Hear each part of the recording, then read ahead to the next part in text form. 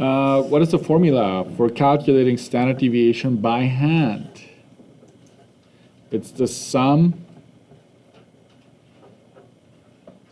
of the differences between each value and their mean squared divided by n. So all of that has to be square rooted because we're squaring. The reason why we're squaring every difference is so to get rid of negatives, okay? And this is the sigma, add everything up, okay? What is the general rule for normally distributed data? If you mention this, you have the golden ticket. If you just say that data is then usually distributed 68, 95, and 99.7%. That's the rule, okay? The empirical rule. What is the total value underneath the bell curve? I hope you got this one right. Sorry. I hope you got this one right. For a normal distribution, what percent of data is less than the mean? 50. Less than mean is 50, above is 50. Most popular shoe size reflects mean, median, or mode. It's the mode, okay? Draw a normal curve, and I will cheat on this one. You draw your normal curve. For those of you who didn't know what to do here, basically just do this. In the middle, you have your average, okay? And then you go 1, 2, 3, and you go 1, 2, 3, and then you fill that in with values, right? You add 1.5 going to the right, you subtract 1.5 going to the left. So this is what a finished product will look like, okay? I wrote down this was centimeters. That's my label. So we'll give you 2 marks for this question. 2 marks. So 1 mark, I would say labels and x values done correctly. That's 1 mark. And then another mark having the percentages filled in correctly, as you can see up here. Okay, and I'm just going to stick with this. So, and I know I have 1 mark on this one, but we'll go 2 marks instead. Okay, so state the value at -3 standard deviations. That's what this is saying. So they want the actual value. So it's 43 centimeters. State the value at +1 standard deviation. +1 standard deviation would locate you right there. That's 49 centimeters. If you don't have the units today, that is fine. What percentage of data is less than -2 standard deviations? So percentage of data, so this is -2, so it'd be 1, 2, so it'd be 2.5%. Because it's asking for percent being less than this, right? What percent of data falls between -2 standard deviations and 3 standard deviations? So if this is your mean, we want to know from here, this is -2 standard deviations, to 3 standard deviations positive. So you want to add up all of these percentages and get 97.35, okay? That's in a sense what you're getting there. What data falls between the mean and -1 standard deviation? That's 34%. What percent of data is greater than 50.5 centimeters?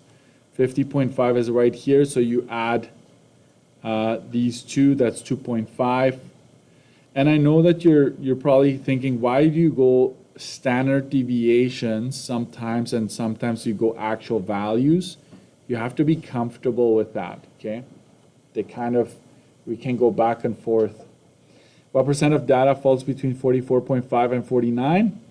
44.5 is there, 49 is right there, and so you add up everything in between.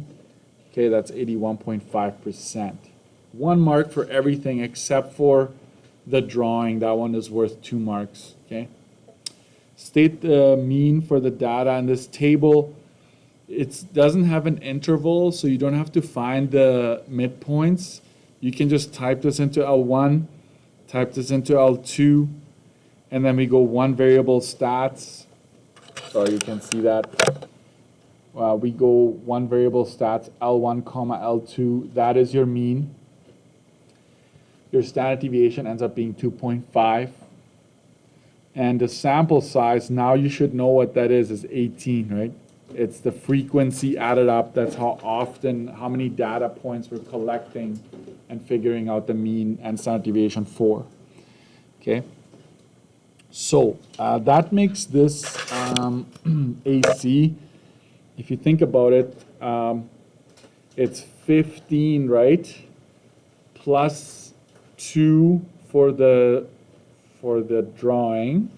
So we're at 17 already, but we're going to do the extras that I added. Okay, so 17 already, and this will make it 19 with these two. So basically 17 questions plus the drawing, 19 total. So if you want to already go to the top and just say that it's going to be out of 19.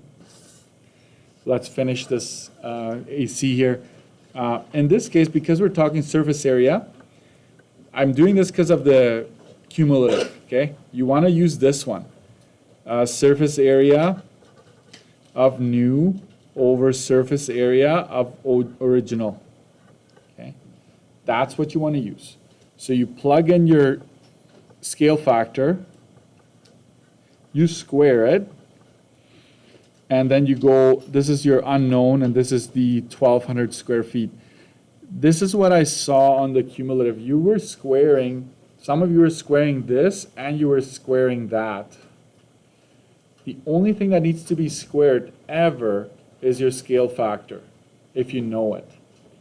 If you don't know your scale factor, you will plug in two numbers here as given, and you take the square root of both sides, okay? So this would be 4 over 9 is equal to x over 1,200. And then you cross multiply and divide, right? You go like this and like this. So 4 times 1,200. I just made this up, so I have to do this myself. So that'll be 533.33 square feet. If you got that one, we'll give you 1 mark for that. State the vertex. This is in vertex form, where we know x minus h squared plus k. We know that h and k give us the coordinates of the vertex, so we switch the sign. If it's 7, we go -7. K in this case is 0. Okay, k is 0. So this is the vertex there, also 1 mark for that. Okay.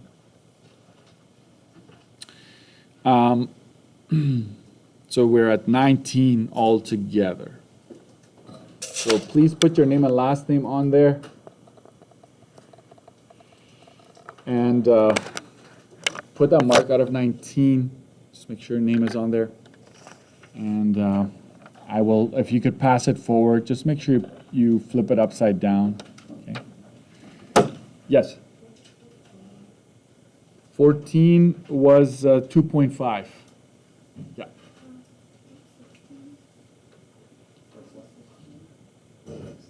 It's also worth 1. Oh, 16? Here, 533.33.